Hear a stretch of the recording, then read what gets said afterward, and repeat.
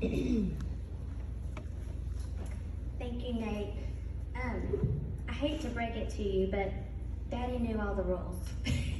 In basketball and tennis and washer pitching, he was just, I think he was fooling you, but he did know the rules. I'm gonna have to read mine. I'm not like Uncle Delder and Nate, where I can just speak this, and this time I'm gonna get through it. But so my daddy made me promise that I wouldn't let anybody speak at his funeral or make a big production of being sad. So I intend to celebrate his life here and in heaven with just conversations with you guys rather than a speech. That way I'm not breaking my promise. But my daddy worked hard, played hard, lived hard, laughed hard, and loved hard. He was very successful in the oil field, owning several businesses and retiring as a chemical salesman. He could sell anything, including a few wild stories like the ones you just heard, but some of them were so ridiculous but actually true.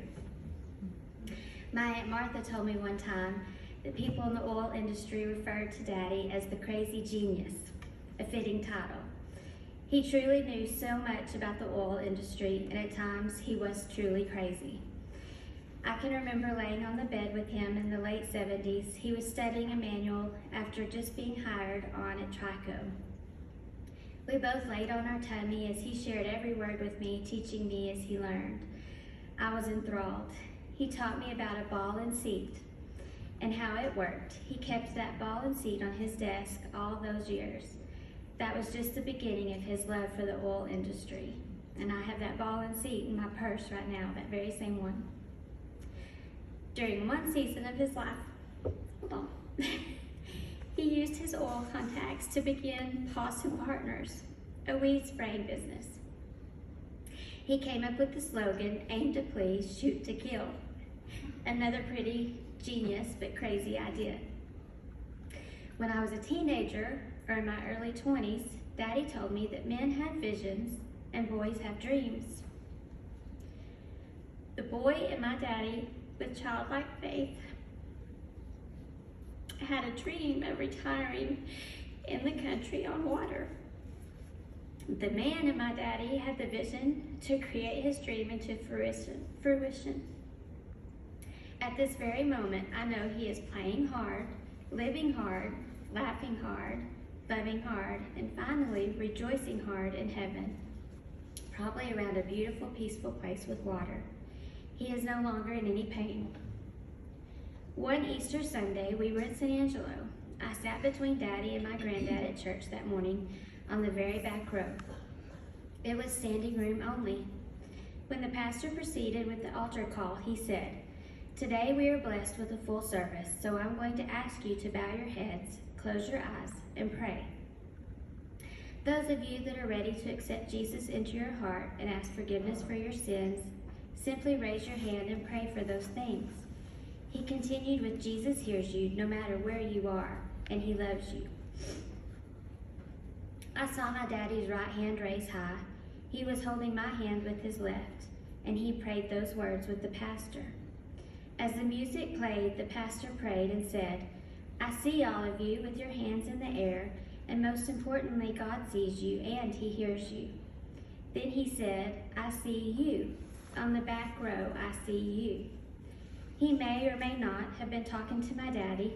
He may have been talking to another fellow believer, but at that moment, Daddy squeezed my hand and Granddad patted Daddy's back. We never talked about it, that's just how Daddy was, but we knew. No one on earth lives a perfect life, and that's where grace, forgiveness, prayer, joy, peace, hope, and thankfulness play a role in the believer's heart. And my daddy was a believer. He may have been saved already, he may have prayed those words before, but that day, standing beside him filled my heart. From that day forward, he read his daily devotional. He called it his prayer book, just like his mom did. Sometimes we would read it together in person or over the phone, and some days he would text me something about what he read.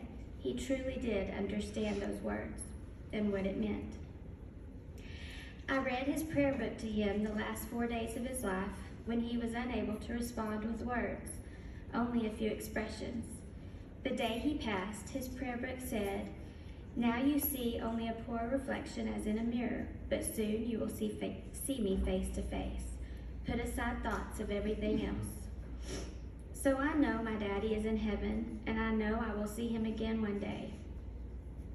And as you can see, he had so many wonderful friends that will also see him there in heaven. Jimmy Kennedy was one of his good buddies, and he was here last night.